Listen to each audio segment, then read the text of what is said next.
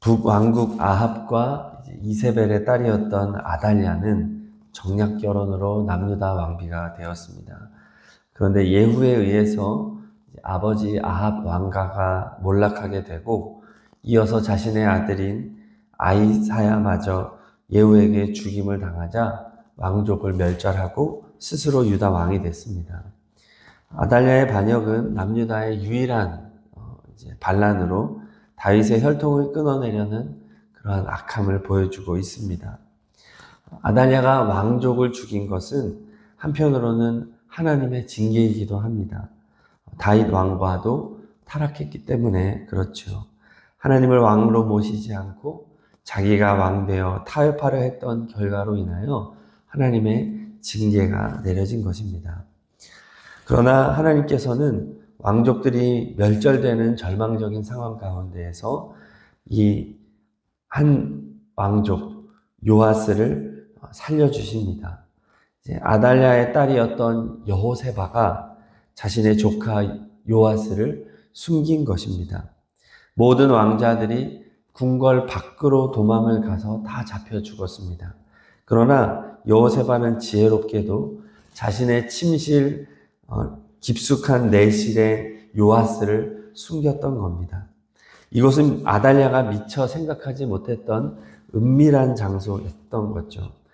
여호세바의 지혜로운 판단 뒤에는 하나님의 보이지 않는 손길이 있었던 겁니다. 사탄은 구원의 역사를 끝내려고 아담 때부터 발악해 왔습니다.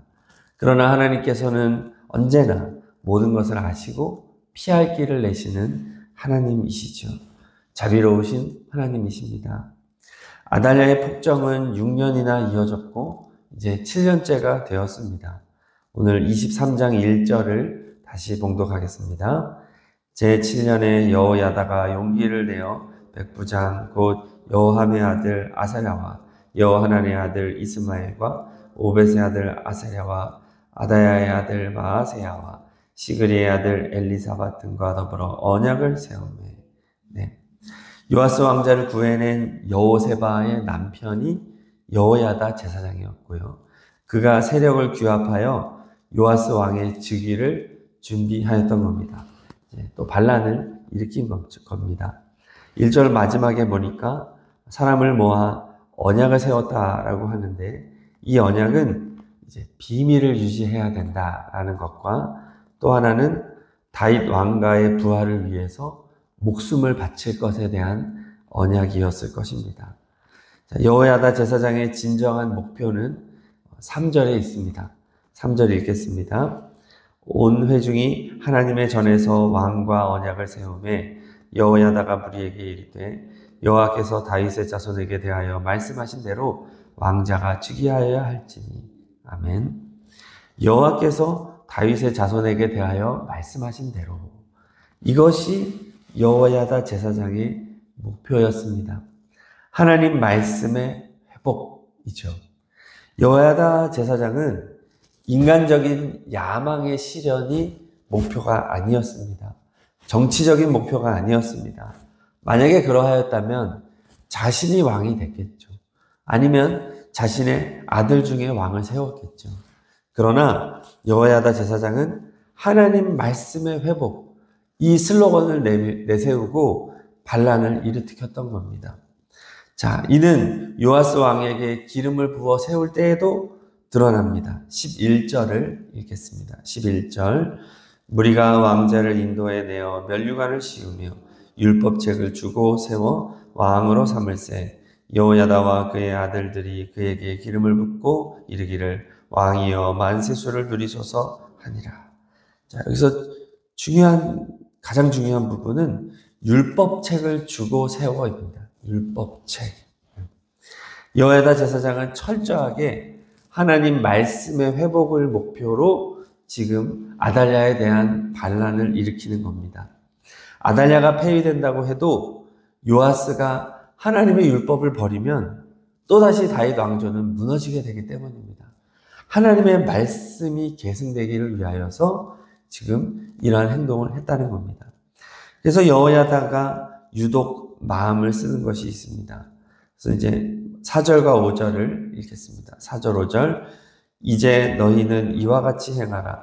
너희 제사장들과 레위 사람들 곧 안식일에 당번인 자들의 3분의 1은 문을 지키고 3분의 1은 왕궁에 있고 3분의 1은 기초문에 있고 백성들은 여호와의 전뜰에 있을지라. 아멘. 우리가 읽은 개역개정에는 4절 후반부에 지키고가 한 번 나오는데 이제 5절에 보면은 3분의 1은 왕궁에 있고 3분의 1은 기초문에 있고 백성들은 여호와의 전뜰에 있을지라 할 때 여기 있고 있을지라가 지키라라는 단어입니다. 그래서 오늘 말씀에서 중요한 것은 지켜라입니다. 또 반복된 단어가 호위하라입니다. 호위하라. 왕을 호위하라. 이것이 계속 반복되는데 결국은 다 같은 말이죠. 왕을 지키고 왕을 호위하는 것이 오늘 23장에서 가장 중요합니다. 어린 요아스 왕을 반드시 지켜야 한다. 기름 부어 왕을 세울 때까지, 그리고 왕이 된 이후에도 그의 생명을 지켜야만 한다는 겁니다. 자, 하나님의 말씀의 계승을 이제 회복을 위해서죠. 7절 읽겠습니다. 7절. 레위 사람들은 각각 손에 무기를 잡고 왕을 호위하며 다른 사람이 성전에 들어오거든 죽이고 왕이 출입할 때 경호할지니라 하니. 레위 사람들은 원래 전쟁하는 사람이 아닙니다. 성전에서 봉사하고 예배를 섬기는 자들이죠. 그런데 오늘 말씀에서는 레위 사람들이 다 무기를 들고 있습니다.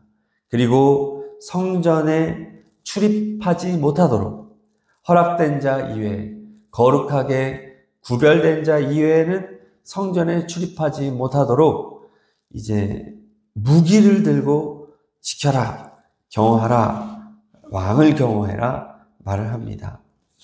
자, 이것은 레위인들이 성전을 지키는 사명을 가지고 있기 때문에 지금 상황에서 무기를 드는 것은 가장 레위인답다라고 말할 수 있는 겁니다. 네. 자, 그들의 목표도 요아스 왕을 지키는 것이죠. 10절에도 보면 백성들에게 무기를 잡게 하여 왕을 지키게 합니다. 백성들까지도 다 무기 잡아라. 결국 여호야다 제사장의 반란의 핵심은 요아스를 잘 지켜 그가 왕이 되는데 아무런 장애가 없게 하는 거죠. 왕을 지켜라. 오늘 말씀의 핵심입니다. 지금도 마찬가지입니다. 이 세상을 살아가는 그리스도인들에게 가장 중요한 사명은 왕을 지키는 것입니다. 바로 우리의 왕이신 예수 그리스도를 말하는 겁니다. 예수님께서 왕좌에서 온전하게 통치하시기 위하여 우리는 모든 우상과 또 반란의 세력과 예수님이 왕되는 것을 저해하는 모든 사탄의 행동을 막아야 한다는 것이죠. 이것이 오늘날 우리의 가장 중요한 사명입니다. 사탄은 예수님만 왕좌에서 끌어내리면 반드시 성공합니다. 자칭 그리스도라고 속이는 자들이 얼마나 많습니까? 거짓 교사들이 가득합니다. 거짓 목회자들이 너무 많습니다. 예수님보다 종교적인 형식에 매이게 만들고 인간적인 열심과 노력으로 무언가를 이룰 수 있다, 부응할 수 있다 속이고 있고 인간 교주를 앞세워서 예수님이 아닌 사람을 따르게 만듭니다. 사탄의 목표는 하나입니다. 예수님을 죽이는 것입니다. 예수님을 왕좌에서 끌어내리면 사탄은 반드시 승리하게 되니까요. 교회를 성장하게 해줍니다. 교회 성도가 많아지게 합니다. 교회가 활력이 있게 만들어줍니다. 많은 프로그램이 있게 만듭니다. 하지만 단 하나, 예수님만 왕이 되지 않게 하면 사탄은 승리합니다. 담임 목사가 박수를 받게 만들고 사람이 높임을 받게 만들고 교회가 이름이 높아지고 다른 건 다 허락해 줍니다. 예수님만 왕좌에서 내려오게 만드는 것, 이것이 사탄이 하는 일이고 오늘날 우리가 해야 하는 진정한 종교개혁, 진정한 반란, 바로 예수 그리스도를 왕된 자리에 회복시키는 것. 이것이 오늘날의 사명이죠. 자, 이렇게 요아스가 왕으로 기름 부음을 받게 되자 이 소식이 아달랴에게 전해집니다. 13절 후반부에 보니까 반역이로다, 반역이로다 탄식하죠. 부르짖습니다. 이 외침이 사탄의 부르짖음입니다. 사탄은 세상에서 왕 노릇하며 자신이 세상의 왕인 줄 착각하고 있습니다. 그러나 예수님께서 죽음을 이기고 부활하실 때 탄식하며 외쳤을 것입니다. 반역이로다, 반역이로다. 예수님이 부활할 때 사탄의 외침이 바로 이것입니다. 아달랴는 결국 성전 밖으로 끌려가 처형당합니다. 이것이 사탄의 마지막을 보여주는 것이죠. 자, 이렇게 아달랴가 죽임을 당하고 드디어 요아스가 역대 왕들 중에 가장 어린 7세의 나이에 왕위에 오르게 됩니다. 그런데 오늘 말씀은 여기에서 그쳐지지 않습니다. 17절 읽겠습니다. 17절 온 국민이 바알의 산당으로 가서 그 신당을 부수고 그의 제단들과 형상들을 깨뜨리고 그 제단 앞에서 바알의 제사장 mat단을 죽이니라. 아멘. 아달랴는 죽었지만 아직 전쟁은 끝나지 않았다는 겁니다. 백성들의 삶 속 깊숙이 침투해 있는 우상과의 전쟁이 시작되었다는 거죠. 이 전쟁은 유다가 멸망하는 그날까지 계속되었고 지금도 계속되는 전쟁입니다. 영적 전쟁. 이 세상의 우상과의 전쟁이 지금도 우리가 치러야 할 진정한 전쟁이라는 것이죠. 여호야다 제사장은 율법에 근거하여 성전의 조직을 세우고 성전의 거룩함을 지킵니다.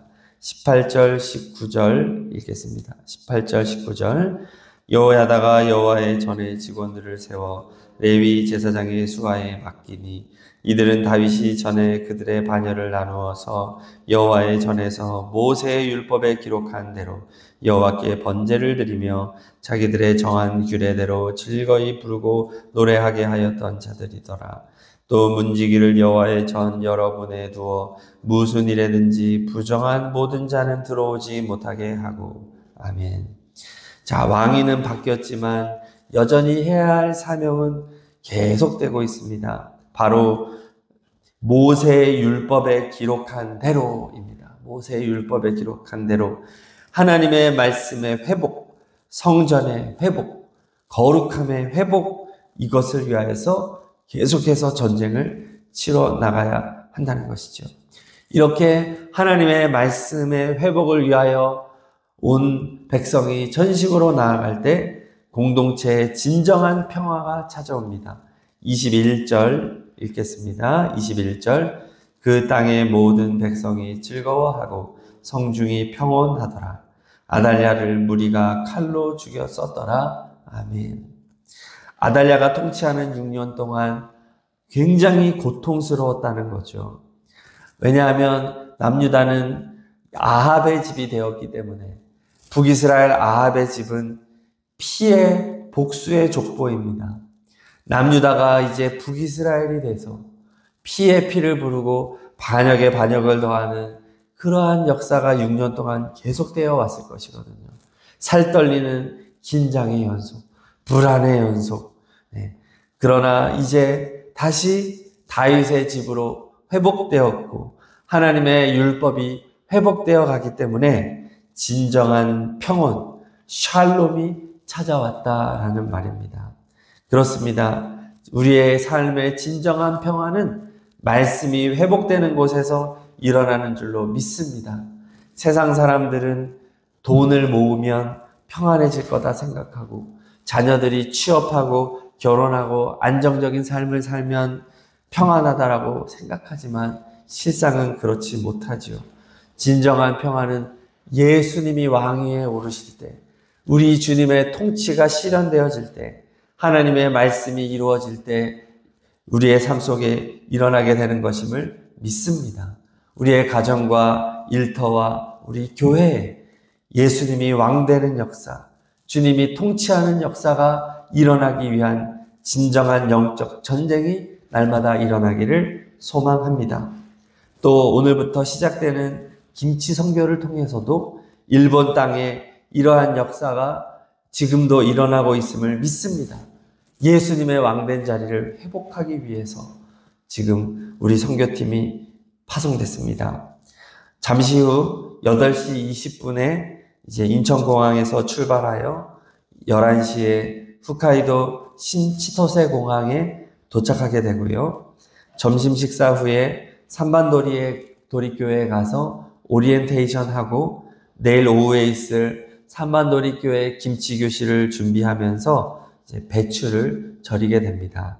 이제 매일 아침과 저녁에 경건회가 있고 산반도리 교회에서 숙박하게 됩니다.